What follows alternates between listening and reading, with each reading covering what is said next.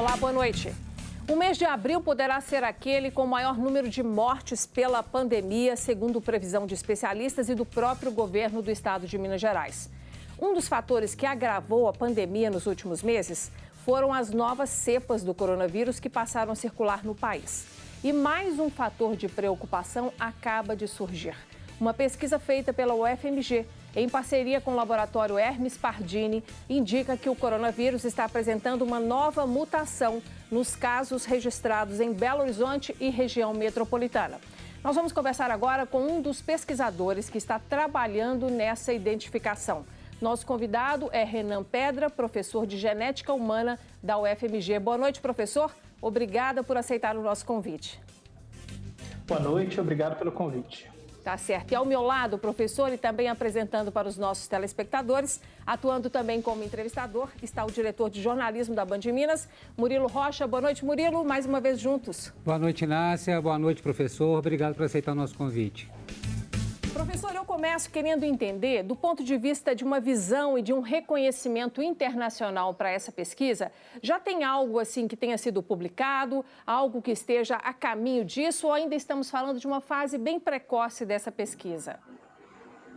Não, nesse momento, após a comunicação inicial feita junto ao Ministério da Saúde e ao Ministério da Ciência e Tecnologia, o laboratório já disponibilizou os dados, as sequências que nós identificamos para a comunidade de vigilância genômica, que é a parcela que faz esse tipo de serviço.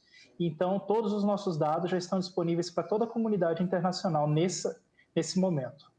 E outros pesquisadores, outros cientistas podem partir do momento em que vocês estão agora para avançar com outras pesquisas? Isso. Na verdade, a gente tem que pensar que toda essa iniciativa ela é uma iniciativa conjunta e internacional. Então, uma vez que nós disparamos a identificação desse conjunto de mutações no que possivelmente vai ser uma nova linhagem, os outros pesquisadores, os outros laboratórios que estão realizando um trabalho equivalente ao nosso, também têm chance de buscar em seus resultados, porventura, a existência dessa linhagem. E essa linhagem, professor, é mais um detalhe dentro da pandemia ou chega a ser uma preocupação muito maior do que a gente já tem neste momento? Eu diria que nesse momento nós temos preocupações maiores, em especial a linhagem chamada de P1 ou a linhagem de Manaus e a sua crescente frequência vista na região metropolitana de Belo Horizonte, para mim nesse momento seria a nossa primeira preocupação. É essencial que, de uma maneira contínua, a gente continue acompanhando a diversificação do vírus para eventuais caracterizações de novas linhagens, mas, nesse momento, essa linhagem não aparenta ter frequência suficiente para que a gente diga que ela seja um problema de saúde pública. Agora, professor, só para quem está nos assistindo aqui entender, foi achado essa mutação, essa nova cepa do vírus, foi achado em 2 casos, um em Belo Horizonte, outro em Contagem, me parece, e ele apresenta 18 mutações, 18 diferenças em relação ao vírus original. Então, eu queria que o senhor explicasse para quem está nos assistindo o que tem que se investigar agora. Se é mais transmissível, se é mais agressivo ao corpo humano, se as vacinas conseguem neutralizar. É isso que você vai se investigar agora a respeito dessa mutação descoberta em Belo Horizonte? Eu costumo dizer que esse processo de investigação de novas variantes, ele passa por 4 fases principais. Nesse momento, a gente está terminando a primeira fase, que seria a detecção, que seria a identificação da existência dessa linhagem. O próximo passo seria discutir o quanto de circulação que está acontecendo dessa linhagem, uma vez que só com 2 casos eu não consigo dizer qual que é o processo de espalhamento dessa variante na nossa sociedade. Depois a gente passa para a caracterização da frequência desse evento, para daí nós podemos dizer se isso é importante ou não é. E aí, se for importante em frequência, a gente tentar entender o que efetivamente essas mutações estão fazendo com esse vírus. E aí, isso geralmente é feito em 3 linhas. Se perguntar se o vírus é mais infeccioso, ou seja, aumenta a chance de uma pessoa positiva infectar uma outra.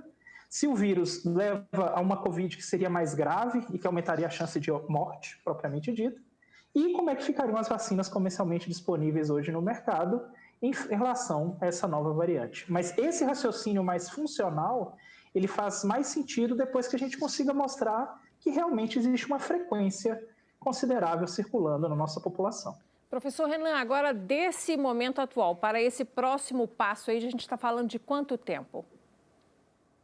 Então, o laboratório já começou nesta semana uma nova rodada de sequenciamento, mais um conjunto de amostras sendo analisadas para que a gente tenha a possibilidade de eventualmente encontrar outras pessoas que estavam carregando esse vírus e aí a gente consiga tanto discutir a questão da circulação quanto a questão da frequência. A parte funcional, o nosso laboratório, no momento, não realiza. Então, a partir do momento que a gente disparou isso na rede, de que existe esse conjunto de mutações, já devem ter outros laboratórios trabalhando nessa frente. Então, ele acaba sendo um esforço um pouco compartimentalizado, né, dividido por diferentes frentes e diferentes laboratórios, para que, no final das contas, a gente tenha todas essas respostas em tempo hábil. Agora, professor, essa questão da mutação é uma característica do vírus, né? Dizem que, inclusive, que o vírus faz melhor é mutar, né? Agora, esse número de 18 mutações, é isso que chama a atenção? É isso que, vamos dizer, leva a ser observado com mais atenção, essa quantidade de mutações apresentadas? Na verdade, não é um número tão grande. Se a gente pensar no material genético do vírus, né, o vírus, quando ele se multiplica, ele transmite para esse novo vírus, após a modificação, 30 mil posições no material genético dele. E a gente está falando de somente 18 diferenças em 30 mil. Então, é uma parcela relativamente pequena. Mas, quando a gente fala dessas linhagens, a gente tem que pensar que o processo dessa identificação de linhagens é como se fosse uma prova que você tem um gabarito. Então, eu analiso todas as 30 mil, vejo o que eu tenho de diferente, comparo com um gabarito e, se o gabarito tiver uma perfeita correspondência, nós vamos dizer que aquela amostra que eu estou trabalhando é de determinada linhagem que já foi descrita. Se não existir essa correspondência perfeita, eu começo a acreditar que existe uma nova variante. Então, é um processo simplesmente de identificação e boa parte das linhagens que estão circulando hoje tem esse número, ou até um número um pouco maior de mutações do que essa possível nova linhagem. Agora, eu acredito que tenha chamado muita atenção de vocês daqui, né, pesquisadores mineiros, brasileiros, mas eu acredito também que tenha chamado muita atenção da comunidade internacional, porque o Brasil hoje é tido, vamos dizer, como um caldeirão aí de proliferação de novas variantes, em razão da grande população contaminada, número de casos, né, ainda numa crescente, e também a pouca vacinação da população. É esse o cenário mesmo? Isso facilita mesmo o surgimento de novas cepas e a comunidade internacional está de olho no Brasil realmente nesse sentido? Sem dúvida, né? Já aí aproximadamente 2 meses o Brasil vem liderando, né, o ranking diário de número de novas infecções. E a gente sabe que a cada vez que o vírus se multiplica, ele tem a chance de mudar. E são essas mudanças que, ao longo do tempo, quando acumuladas, vão eventualmente gerar novas linhagens. Então, realmente, se a sociedade brasileira, a gente não conseguir fazer um controle dessa cadeia de transmissão, interromper esse processo de infecção de um indivíduo para outro, é sim esperado que novas variantes venham a surgir.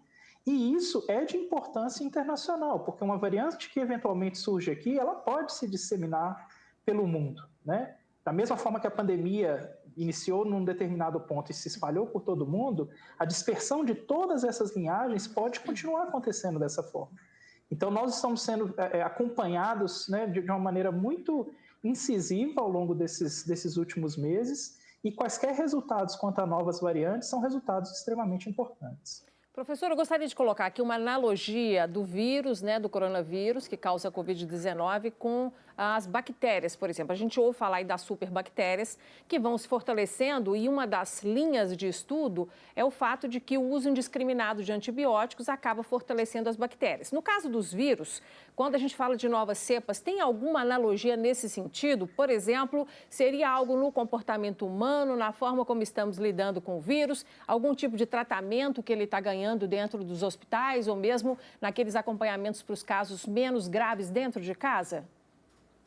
Essa comparação é perfeita, né? Então, quando a gente fala no contexto de bactérias e antibióticos, as bactérias naturalmente mudam, mas a presença do antibiótico ou do seu uso inadequado aumenta a chance de que algumas dessas mutações, algumas dessas diferenças, que sejam resistentes a esses antibióticos não tão bem utilizados, consigam crescer em frequência e daqui a pouco aquele antibiótico vai perder a capacidade de matar aquela nova linhagem da bactéria.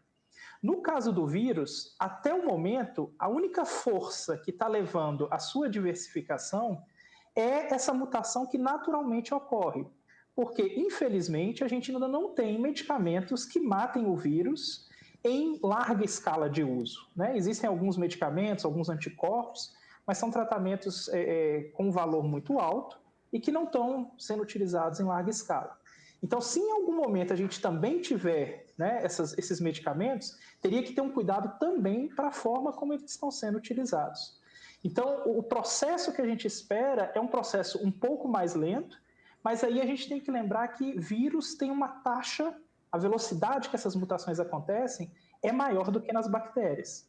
Então, se a gente está ganhando, por um lado, por não ter essa força de selecionar, né, as mutações, por outro lado, a gente tem a velocidade que esses vírus mudam, que é notoriamente maior que bactérias, e que podem, sim, né, combinar com novas mutações ao longo do tempo. Tá certo. Vamos. Só uma última depois questão. Eu chamo o Orion, então, para participar conosco. Professor, uma questão falando dessas questões das mutações, a gente tem registrado muitos casos de reinfecção no Brasil, e inclusive em alguns países também, não só no Brasil, mas assim, reinfecção inclusive de pessoas agora vacinadas. Pegar o caso aqui do presidente da Argentina, Alberto Fernandes, que tomou a vacina Sputnik em janeiro e fevereiro, as 2 doses, e agora apareceu reinfectado. A gente pode atribuir isso a essas novas variantes?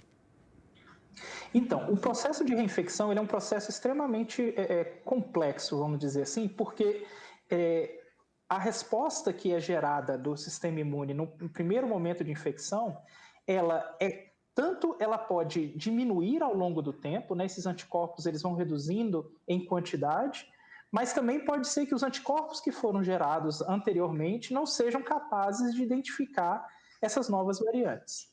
O que eu acho mais importante nesse sentido é a gente deixar claro que vacina não impede o processo de infecção, né? As vacinas que estão hoje comercialmente disponíveis, elas tendem a proteger a manifestação de quadros mais graves da Covid.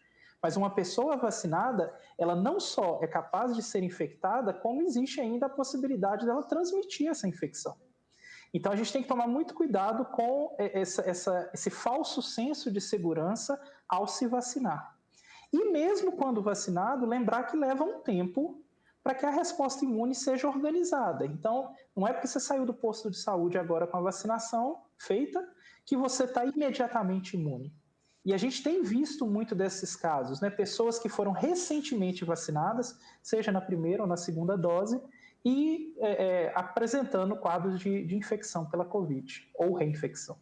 Professor, eu vou pedir a sua licença para chamar mais um jornalista para essa conversa, que é o nosso comentarista de política, Orion Teixeira, que também participa desse debate e que faz agora uma pergunta para o senhor. Boa noite, Orion.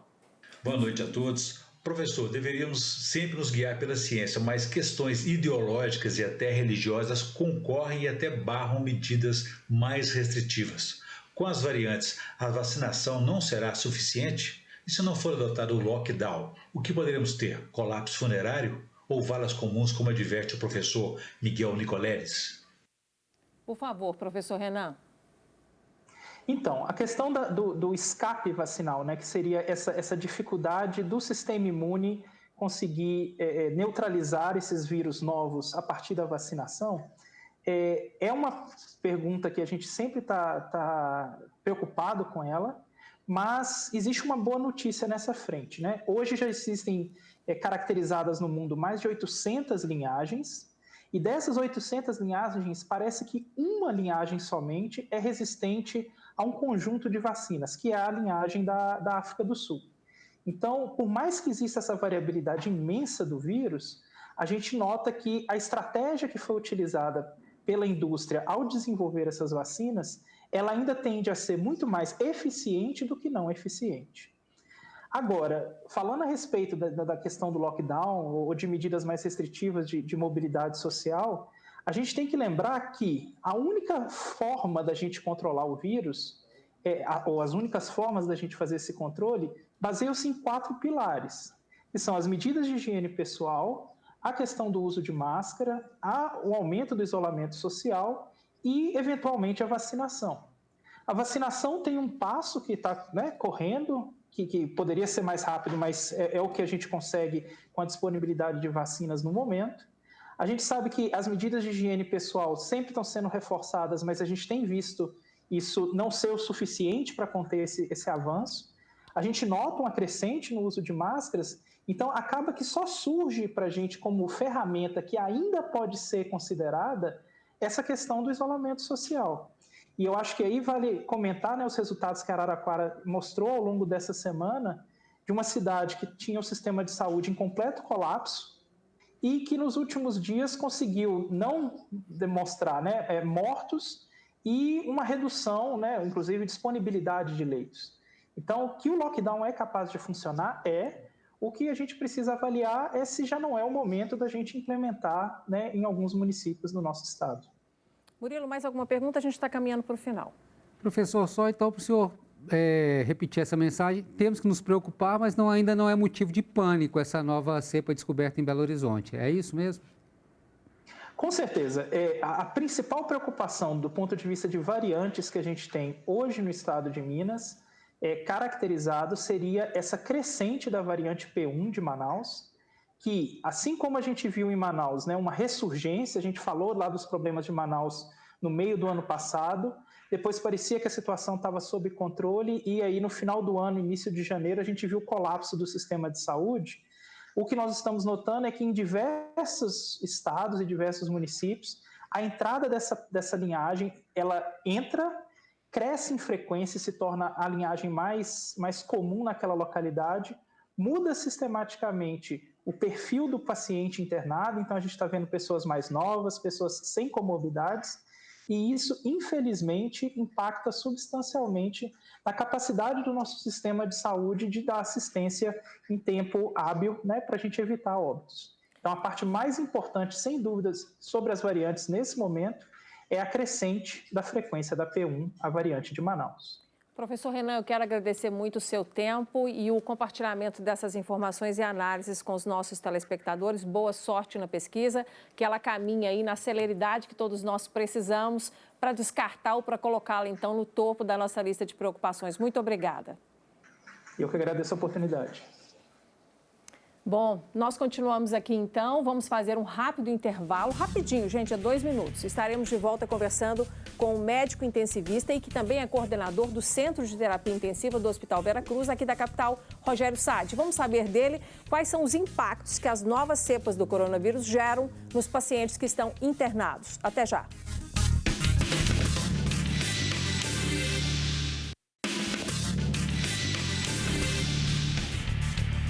Volta com o programa Entrevista Coletiva. No primeiro bloco, falamos sobre uma nova mutação do coronavírus que está sendo pesquisada pela UFMG e pelo laboratório Hermes Pardini, que foi registrada em pacientes aqui na capital e na Grande BH.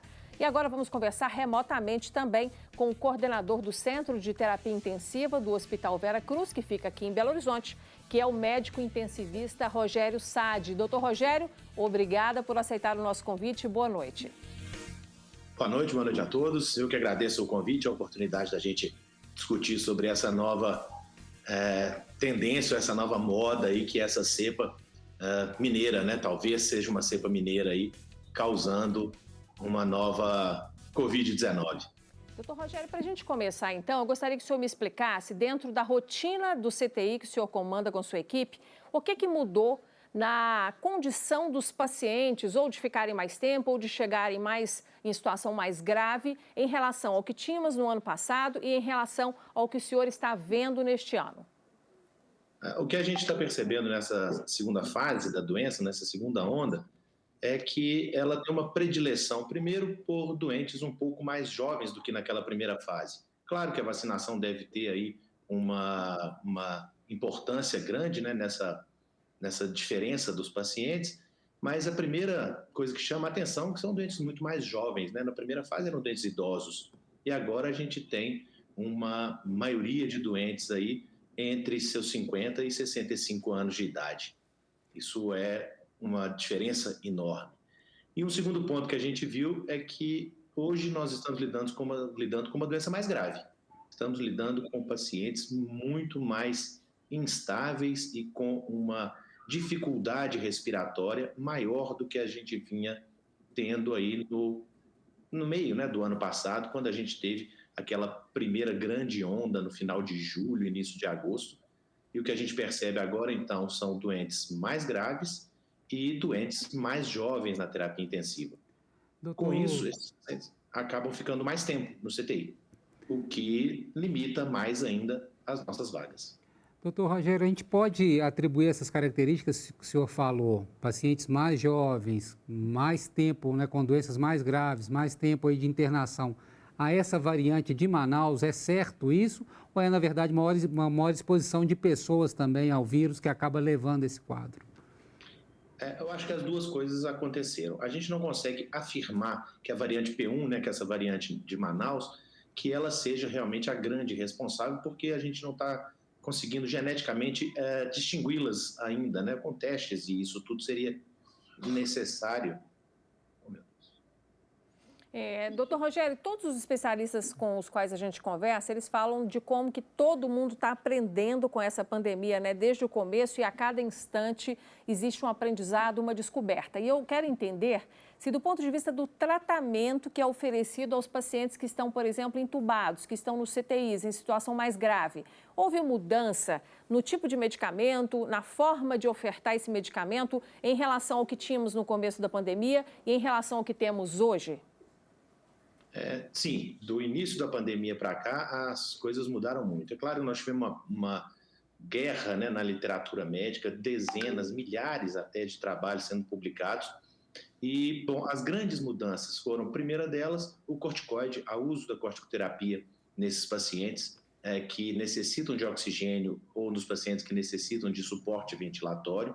Então, isso é documentado na literatura que reduz a mortalidade desses pacientes. E, recentemente, um inibidor da interleucina 6, o tocilizumab, também com trabalhos aí que nos deram um certo alento, ou seja, mais uma ferramenta para o tratamento da Covid-19. E só, mais nada na literatura hoje, né, com trabalhos científicos que sustentem bem a utilização de qualquer outra droga, a gente não tem nada ainda de novo, com exceção do corticoide, que já tem alguns meses, e o tocilizumab de algumas semanas para cá. Doutor, eu queria te perguntar em cima disso. Tem chegado muitos pacientes para o senhor relatando que tomaram, por exemplo, ivermectina, que tomaram cloroquina e estão surpresos ali de estarem no estado grave porque aderiram a esse suposto tratamento precoce? É uma realidade que chega até vocês? Tá perfeita a sua colocação. Na verdade, hoje, nos pacientes que internam com a gente, nos vários serviços que a gente trabalha, a grande maioria, a maioria esmagadora dos doentes, utilizou esse tratamento precoce, que é como é dito aí, principalmente nas redes sociais, e utilizou ivermectina, utilizou cloroquina, utilizou azitromicina, zinco e aquele monte de drogas ou de medicamentos que estão sendo prescritos como prevenção ou até como realmente um tratamento precoce. O que a gente vê é que a grande maioria está usando, e esses doentes estão todos sendo internados também, mostrando a inefetividade desses tratamentos, que é o que os trabalhos médicos já nos mostravam, né? Que esses medicamentos não têm nenhuma responsabilidade na evolução da Covid-19. Doutor Rogério, em relação aí, fazendo uma comparação com a velocidade incrível com a qual as vacinas foram desenvolvidas por laboratórios diferentes em países diferentes, não era para a gente já ter um medicamento também para tratar de forma eficaz e efetiva a Covid dentro dos hospitais? Isso é uma pergunta de $1 milhão, né? Se a gente tivesse um medicamento, eu acho que resolveria muito. Mas nós estamos lidando com vírus. E o que a gente vê na prática clínica e em todos esses trabalhos em anos e anos de estudos é que os vírus têm uma dificuldade, a gente tem uma dificuldade muito grande em criar medicamentos com esses vírus. O exemplo mais recente foi o H1N1, né, na epidemia de H1N1 que aconteceu em 2009 e que também ficamos sem medicação de lá para cá. E a gente tem vários outros exemplos aí, o sarampo, catapora, de doenças virais que vem em surtos e que a vacinação é a grande chave para o controle dessas doenças. Com certeza, medicamentos foram estudados e estão sendo estudados, mas todos eles, até agora, sem nenhuma exceção, fracassou no tratamento, exceto a corticoterapia e o tocilizumab, que não são drogas no tratamento direto do vírus, e sim da reação inflamatória que esse vírus causa no organismo, né, de cada um. Então, a gente faz um tratamento indireto de suporte para esses doentes. Doutor, já dá para sentir, o senhor falou um pouco disso no começo das suas respostas, já dá para sentir o impacto da vacinação, assim, ele já tem diminuído realmente, já tem surtido um efeito, vocês percebem isso? Porque para a gente ainda chega um caso ou outro que assim, a gente não sabe se é verdade que as pessoas falam, mesmo com vacina, está se internando, enfim. O senhor já percebe esse efeito da vacinação, mesmo que ainda tímida, na internação de pacientes? Sim, claramente nos nossos hospitais, dos quais eu faço parte, a faixa etária dos doentes internados diminuiu. E isso não deve ser só uma coincidência, né? A gente deve ter alguma relação, sim, com a vacina. É claro que isso é uma percepção de alguns poucos serviços, mas com todos os colegas que eu converso na terapia intensiva e também nas equipes dedicadas à Covid fora do CTI, das quais eu também faço parte, a impressão é a mesma. Os nossos doentes estão mais jovens. Onde estão esses idosos? Vacinados. Então, possivelmente, sim. Claro, haverão casos. Nós vamos ouvir doentes que tiveram Covid vacinado, um doente que morreu com Covid e era vacinado. Durante uma pandemia, a gente vê tudo de todas as formas, porque o número de pacientes simultaneamente é muito grande. Então, a gente acaba vendo todas as formas da doença, todas as complicações da doença e, claro, exceções haverão, como haverão pacientes que terão Covid, sim, vacinados, e terão Covid grave vacinados, porque nenhuma vacina protege 100% de infecção, e nos trabalhos ela protegeu 100% de doenças graves, mas isso na vida real a gente sabe que não vai ser tão importante assim, mas vai chegar muito próximo a isso. Doutor Rogério, para a gente encerrar, só aquele último alerta para as famílias não se descuidarem do básico. Eu queria que o senhor falasse em poucos segundos, por favor. O mais importante que a gente tem que ver é que a vacina, ela está aí, é uma realidade, mas mesmo as pessoas vacinadas, a gente tem que manter todo esse cuidado que a gente vinha mantendo durante o ano todo.